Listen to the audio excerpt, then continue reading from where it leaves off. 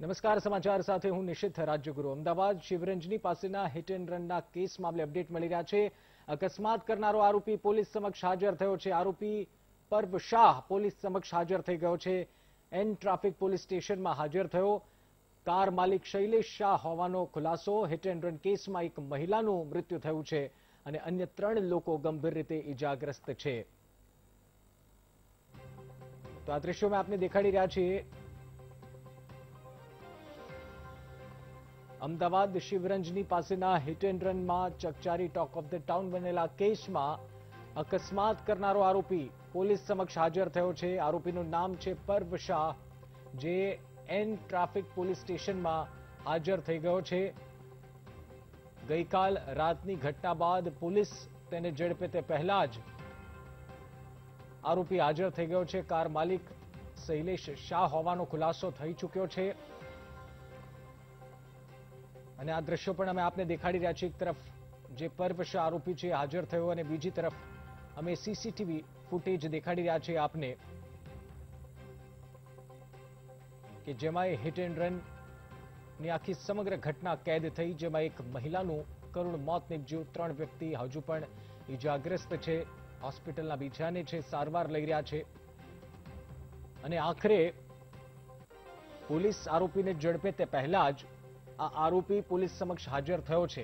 આરોપીનું નામ પર્વ શાહ હોવાનું સામે આવી રહ્યું છે। કારના માલિકનું નામ શૈલેષ શાહ છે। વારંવાર આ થતી ઘટનાઓ અટકવી જરૂરી છે, એવી દાખલારૂપી કાર્યવાહી થવી જરૂરી છે કે જેથી કરીને અમદાવાદ શહેરમાં કે ક્યાંય પણ આવા નબીરાઓ બેફામ ન થાય। પૂરપાટ ઝડપે કાર હંકારી અને અકસ્માત હિટ એન્ડ રન થયું। એક્સિડન્ટ થયા બાદ, અકસ્માત થયા બાદ આરોપી ત્યાંથી નાસી છૂટ્યા હતા। વીટીવીની ટીમ શૈલેષ શાહ, જે કારના માલિક છે, જેના નામે આ કાર છે, તેના ઘરે પણ પહોંચ્યું, એના નિવાસે પહોંચ્યું, જ્યાં તાળા જોવા મળ્યા હતા। વીટીવી વારંવાર એ સવાલ પૂછતું રહ્યું કે પોલીસ કઈ દિશામાં તપાસ કરી રહી છે। પરિવારજને પણ એ આક્ષેપ કર્યો કે પરિવારજનનું કહેવું હતું કે અમે એક વ્યક્તિને ઝડપ્યો હતો, પરંતુ પોલીસે તેને જવા દીધો, પોલીસે તેને છોડી મૂક્યો। હવે આરોપી પર્વ શાહ ખુદ હાજર થઈ ગયો છે। કોર્ટમાં આરોપીની હાજરી પિતાએ દીકરાને જામ્યો છે અને અડધી રાત્રે જે અફરાતફરી મચી, આ 2 અલગ અલગ દ્રશ્યો અમે આપને દેખાડી રહ્યા છીએ।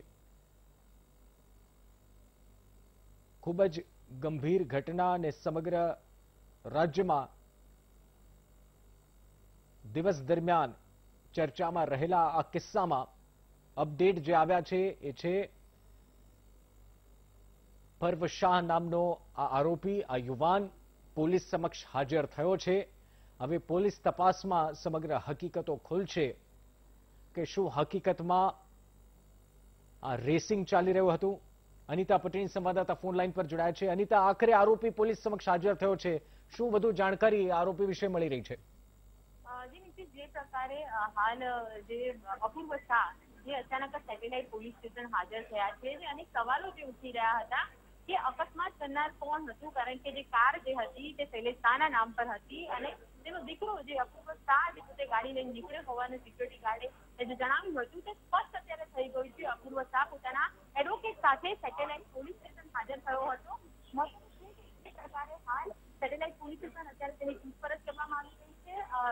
ખાસ તો અપૂર્વ શાહ રાતે અકસ્માત કર્યા બાદ ત્યાં ફરાર થઈ ગયો હતો અને સૌથી મહત્વની બાબત એ સામે આવી છે કે તે પોતે પોતાના એડવોકેટ સાથે રહસ્યમય રીતના જે હાજર થયો હતો। હાલ તો તેની પૂછપરછ કરવામાં આવી રહી છે। જોઈ શકો છો કે જે પ્રકારે હાલ તેની પૂછપરછ કરવામાં આવી છે। ખાસ તો જે પોતે જે તેની ગાડી લઈને જયારે નીકળ્યો હતો, જે અકસ્માત થયો હતો, વીકેન્ડ રનની જે ઘટના બની હતી તે દરમિયાન તેની સાથે કોણ હાજર હતું અને તે ગાડી અકસ્માત કર્યા બાદ ક્યાં ફરાર થઈ ગયો હતો, કારણ કે તેનો પરિવાર પણ જે પ્રકારે ગુમ હતો, જેવા અનેક સવાલો ઉઠી રહ્યા છે। સાથે પોલીસની કામગીરી પણ શંકાના દાયરામાં છે, કારણ કે રાત્રે એક યુવક જયારે ઝડપાયો હતો તો તેને જે પોતે છોડી દીધો હતો તે યુવાન કોણ હતો, તે તમામ મુદ્દે હાલ તો સવાલ ઉઠી રહ્યા છે। પરંતુ સૌથી મોટી બાબત એ સામે આવી છે કે અપૂર્વ શાહ જે વકીલ સાથે અત્યારે હાજર થયા છે, કારણ કે અકસ્માતમાં મહિલાનું મોત થયું છે, 3 બાળકો જે ઘાયલ થયા હતા।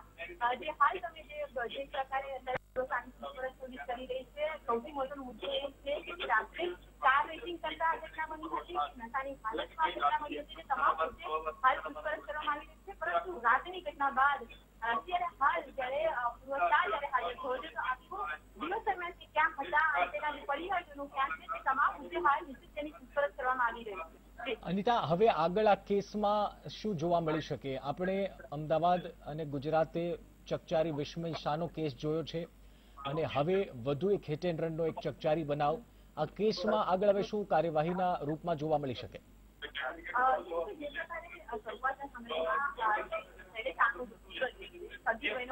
ચર્ચા હતી, પરંતુ આજે જે પોલીસ હાજર થતા સ્પષ્ટ થયું હતું કે 22 વર્ષનો યુવાન છે, સાથે તે ફરવા માટે ઘરની બહાર નીકળ્યો હતો અને ત્યારબાદ અકસ્માત થયો છે। ચોક્કસ અગાઉ જે વિસ્મય શાહ હિટ એન્ડ રનનો મામલો હતો, તેમાં 4 કેસ ઉમેરવામાં આવી હતી, કલમનો ઉમેરો કરવામાં આવ્યો હતો, કારણ કે એક પ્રકારે માનવ વધની કલમ ઉમેરવામાં આવી હતી કે જાણી જોઈને સ્પીડમાં ગાડી ચલાવવું અને જે પ્રકારનું અકસ્માતને અંજામ આપવું છે, તેના કારણે તેને સજા પણ થઈ હતી। આ કેસમાં પણ જે પ્રકારે સ્પીડમાં ગાડી ચલાવવામાં આવતી હતી, બે કાર એક સાથે જતા સીસીટીવીમાં દેખાઈ રહી હતી, તે રેસ કરી રહ્યા હતા, તે ગાડી સ્પીડમાં ચલાવવાથી આ દુર્ઘટના ઘટી હતી, તેને લઈને હાલ તો પોલીસ તેની પૂછપરછ કરવામાં આવી રહી છે। અન્ય ગાડી જે તેની સાથે સીસીટીવીમાં દેખાઈ રહી છે, તે ગાડી કઈ છે તે મુદ્દે પણ તપાસ કરવામાં આવી રહી છે। બંને વચ્ચે રેસ ચાલતી હતી અને અપૂર્વ શાહની સાથે અન્ય તેના મિત્રો કોણ હતા?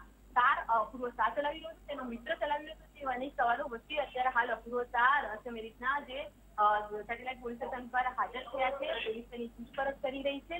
આ ઉપરાંત આ જે સમગ્ર ઘટનાની અંદર 304નો જો ઉમેરો કરવામાં આવશે, માનવ વધને લઈને કલમ ઉમેરવામાં આવશે, તો ચોક્કસ તેને જે સજા થઈ શકે છે। પરંતુ હાલ તો અકસ્માત મોતનો જ ગુનો દાખલ કર્યો છે, ત્યારે વધુ ઉમેરો થશે કે નહીં મોટો સવાલ છે। પરંતુ શરૂઆતથી રાજકીય જે પોલીસની તપાસ હતી, જે કામગીરી હતી, તે શંકાના દાયરામાં હતી, કારણ કે પોલીસે જે પોલીસની જે કામ કરવાની પદ્ધતિ જે હતી, કારણ કે તેઓએ તેમના નિવાસસ્થાને પણ તપાસ નથી કરી, જેના કારણે આ પરિવાર સાથે ફરાર થવામાં સફળ થયા હતા। અચાનક તેઓ વકીલ સાથે હાજર થયા છે, તો અનેક સવાલ અત્યારે ઉઠી રહ્યા છે। હાલ તો તેની પૂછપરછ કરવામાં આવી રહી છે કે કાર ચલાવવા પાછળ અને તે રેસિંગમાં હતું કે ભાઈ અન્ય કોઈ કારણસર આજે અકસ્માત બન્યો છે, તેની પાછળ શું કારણો છે, જે નશામાં હતો કે નહીં, કોની સાથે ક્યાં ફરવા ગયો છે, એ મુદ્દે હાલ તપાસ કરવામાં આવી રહી છે। અનિતા, કોઈ દાખલારૂપી કાર્યવાહી થવી જરૂરી છે અહીંયા, કારણ કે વારંવાર આવી ઘટનાઓથી નિર્દોષ લોકોના, સામાન્ય નાગરિકોના મૃત્યુ થઈ રહ્યા છે અને વધુ એક મહિલાનો જીવ ગયો છે આ અકસ્માતના કારણે। જરૂરી લાગી રહ્યું છે કે આ કેસમાં પોલીસે એવી દાખલારૂપી કાર્યવાહી કરવી પડશે, તો જ કદાચ આવી ઘટનાઓ અમદાવાદ જેવા શહેરમાં થતી અટકશે।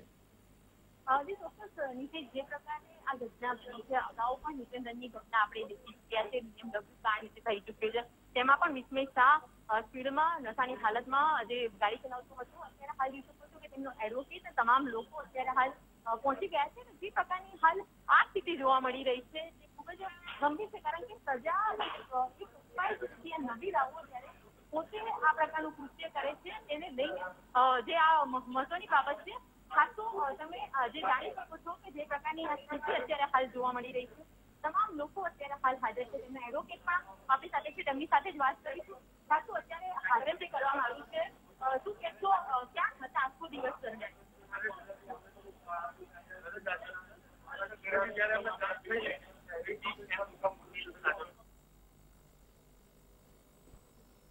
ધન્યવાદ અનિતા, અમારી સાથે જોડાવા બદલ અપડેટ લઈશું આપની પાસેથી।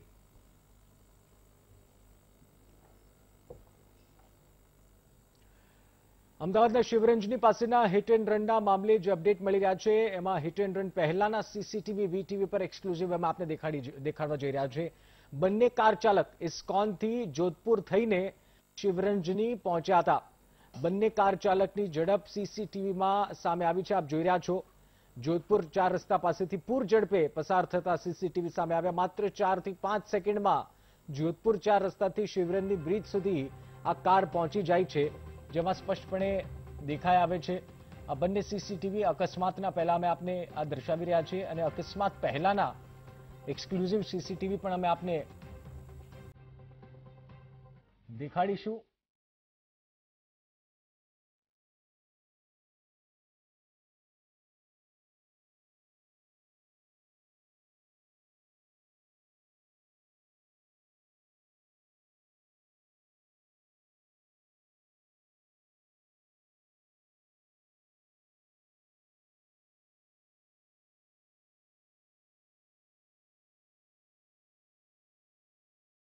ફૂટેજ છે જે અમે આપને દેખાડી રહ્યા છીએ, આ સીસીટીવી ફૂટેજથી એ વાતનો અંદાજ તમે લગાવી શકો છો કે કેટલી પૂર ઝડપે આ ઇસ્કોનથી જોધપુર 4 રસ્તા અને જોધપુર 4 રસ્તાથી શિવરંજની માત્ર ગણતરીની સેકન્ડમાં, એટલે કે 4-5 મિનિટની 4-5 સેકન્ડની અંદર જોધપુરથી શિવરંજની આ બંને ગાડી પહોંચી જાય છે।